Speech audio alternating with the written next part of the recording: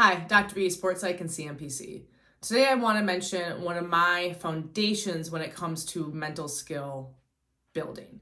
And regardless of what people come to me with, whether it's a performance issue, let's say in sports, being able to focus, manage energy, emotions, self-talk, or whether it's in those real world applications of having a presentation, needing to sit down and focus for an hour, being able to read something without being distracted.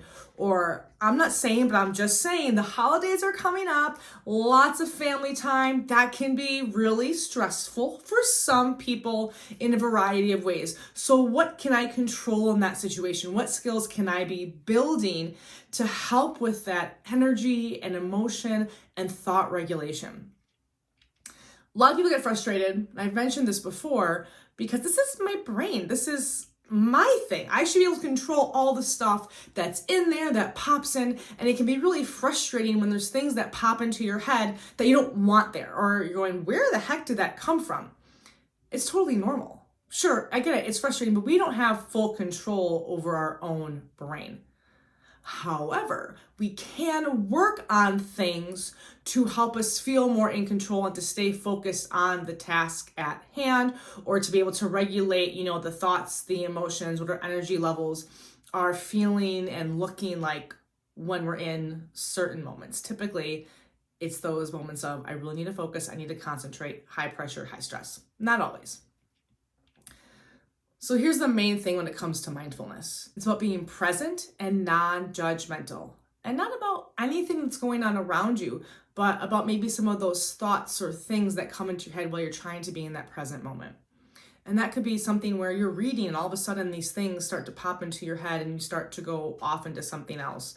Or maybe you're at the free throw line, it's a big moment and you need to work on that self-talk, or you're distracted because there's a parent or a fan or maybe an opposing player that's doing something intentionally to distract you.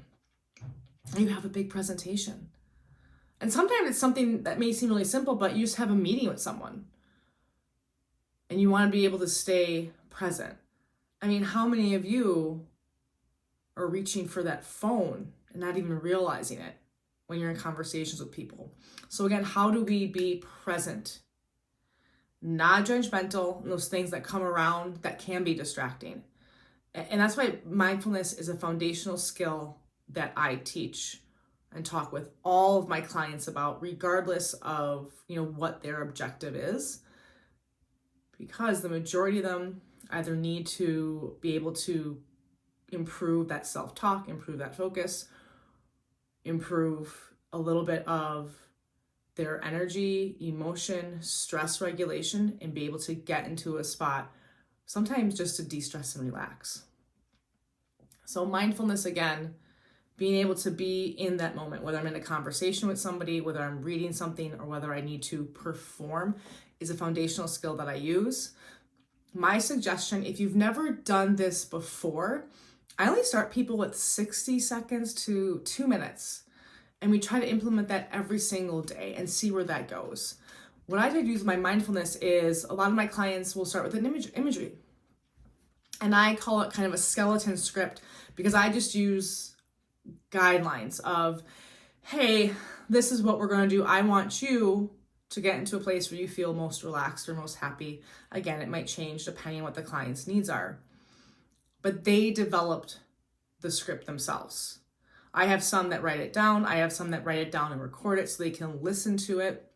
And part of that is to work on being in that present moment. I have other people that have been practicing mindfulness and do those things. So now it's, how do we get it to be a tool for those high stress moments? It varies person to person, and it's a skill. I don't know about you, but the first time I tried to sit and be non-judgmental and stay in the present moment, it was very challenging for me, but it's something that I had to build up, that I had to work on. And if you were able to do that for 5, 10, 15, 20, and so on minutes, that's fantastic.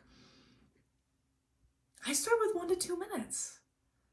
Taking that time, not even every day, right? If I do something 0 times, I'm not expecting myself to be able to do it every single day of the week. Again, what's realistic for me? Is it 1-2 times a week? Is it when I get up in the morning before I go to bed? Maybe I have a break at lunch where I'm able to take 2 minutes again. There's other factors that can impact when that mindfulness practice is being put to use. But for everyone, we put together a plan like that. And when I talk with people, I always say, on game day, we're not going to try a new food, right? We're not going to try something new on game day. One, because new food, our body may or may not like that on game day, and we don't want to deal with those kinds of external factors. But also, I want time to be able to practice in more controlled environments. If I go, oh yeah, I got this mindfulness thing, I'm super stressed out, I have all these things going on, and I'm going to sit and try to do this, oh my goodness, 10 seconds, I can't concentrate, this is going on. Well, no, of course. How are we setting you up for success in building that skill? I get it's frustrating. It's my brain, I should be able to control it. Yeah, if it's not contributing, if it's not paying rent, it's gotta go. But we have to build the skill set to make that happen.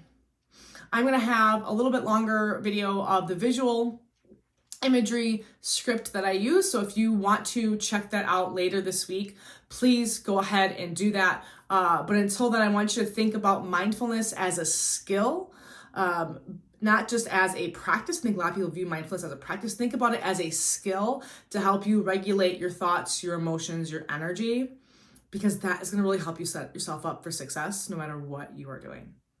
Mindset matters.